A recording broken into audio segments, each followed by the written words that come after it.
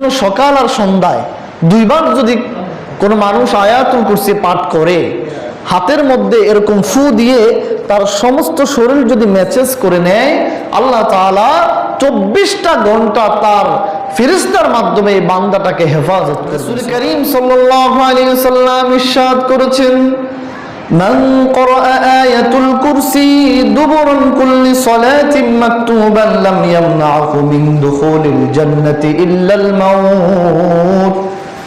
রাসূল সাল্লাল্লাহু আলাইহি সাল্লাম ইরশাদ করেছেন, যে ব্যক্তি 5 ওয়াক্ত নামাজের পরে দৈনিক 5 বার আয়াতুল কুরসি তেলাওয়াত করবে এবং আয়াতুল কুরসিতে থাকা বিষয়গুলো তার জীবনে মেনে চলবে, বাস্তবায়ন করবে, তার জন্য আল্লাহর জান্নাতে যেতে আর কোনো বাধা থাকে না।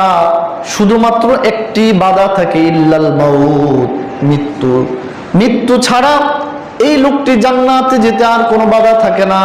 তার মানে বোঝা গেল, দৈনিক 5 ওয়াক্ত নামাজের পরে 5 বার যারা আয়াতুল কুরসি তেলাওয়াত করবে, আল্লাহ তাআলা 5 বার আয়াতুল কুরসি তেলাওয়াতের বিনিময়ে আল্লাহ তাআলা ওই ব্যক্তির মৃত্যুর পর পর তাকে জান্নাত দান করবেন। সুবহানাল্লাহ। এজন্য আয়াতুল কুরসি এটি কোরআনুল কারীমের অত্যন্ত দামি এবং মূল্যবান একটি আয়াত। এই আয়াত আমাদের সবাইকে মুখস্থ করে নিতে হবে। আবার দেখুন, অন্য হাদিসে এসেছে, প্রিয় রাসূল সাল্লাল্লাহু আলাইহি ওয়াসাল্লাম বলেছেন, যেই বাড়িতে দৈনিক আয়াতুল কুরসি তেলাওয়াত করা হয়, ওই ঘরে শয়তান, দুষ্ট জিন, খারাপ জিন প্রবেশ করতে পারে না। এজন্য রাসূল সাল্লাল্লাহু আলাইহি ওয়াসাল্লাম বলেছেন, আমার যে উম্মত রাতে ঘুমাতে যাওয়ার আগে একবার আয়াতুল কুরসি তেলাওয়াত করবে, আল্লাহ তাআলা তার ঘুমানোর শুরু থেকে শেষ পর্যন্ত তার জন্য আল্লাহ তাআলা নিজেই প্রোটেকশন দান করবেন। আবার রাসূল বলেছেন, আমার কোন উম্মত যদি সকাল বেলায় ঘুম থেকে উঠে আয়াতুল কুরসি পাঠ করে সন্ধ্যা পর্যন্ত, আমার বান্দাটা আল্লাহর জিম্মায় চলে যায়। এজন্য মুসলিম শরীফের ভিতরে হাদিস এসেছে, হাদিসের রাবি হচ্ছেন উবাই বিন কাব। عن أبي بن كعب رضي الله تعالى عنه قال قال رسول الله صلى الله عليه وسلم উবাই বিন কাব রাদিয়াল্লাহু তাআলা আনহু বলেন, রাসূল সাল্লাল্লাহু আলাইহি সাল্লাম ইরশাদ করেছেন, ইয়া আবাল মুনদির আতাদরি আইয়ু আয়াতিন মিন কিতাবিল্লাহি মুলকু আযম।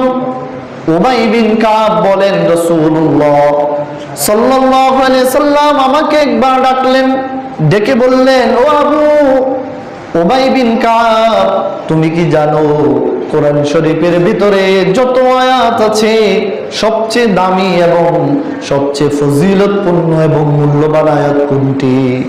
উবাই বিন কাব বললেন, আল্লাহু আ'লাম ওয়া রাসূলুহু, আল্লাহু আ'লাম ওয়া রাসূলুহু। ওগো প্রিয় নবী, কোরআনুল কারীমের ভিতরে সবচেয়ে দামি আয়াত কোনটি? এই ব্যাপারে আল্লাহু আ'লাম ওয়া রাসূলুহু, আল্লাহ এবং তার রাসূল ভালো জানেন। উবাই বিন কাবকে রাসূলুল্লাহ দ্বিতীয়বার প্রশ্ন করলেন, উবাই বিন কাব, কোরআনের ভিতরে সবচেয়ে দামি আয়াত কোনটি তুমি জানো নাকি?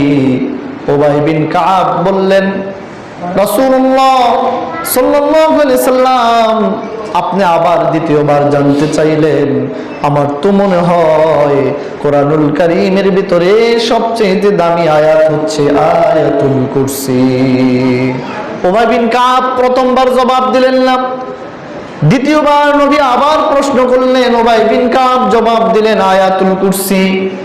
এবার রাসূলুল্লাহ সাল্লাল্লাহু আলাইহি সাল্লাম তার হাত দিয়ে উবাই বিন কাবের বুকের ভিতরে শাবাশ বাবা দিলেন আর বললেন, উবাই বিন কাব সাল্লাল্লাহু আলাইহি ওয়াসাল্লাম বললেন, উবাই বিন কাব তোমাকে আমি কোরআনের ব্যাপারে প্রশ্ন করেছি, তুমি যে জবাব দিয়েছো, আমি রাসূলুল্লাহ সাল্লাল্লাহু আলাইহি সাল্লাম সন্তুষ্ট হয়ে গেলাম। তোমার জন্য আমি দোয়া করি আল্লাহ তাআলা যেন তোমার জ্ঞান আরো অনেক গুণে বাড়িয়ে দেয়। আয়াতুল কুরসি।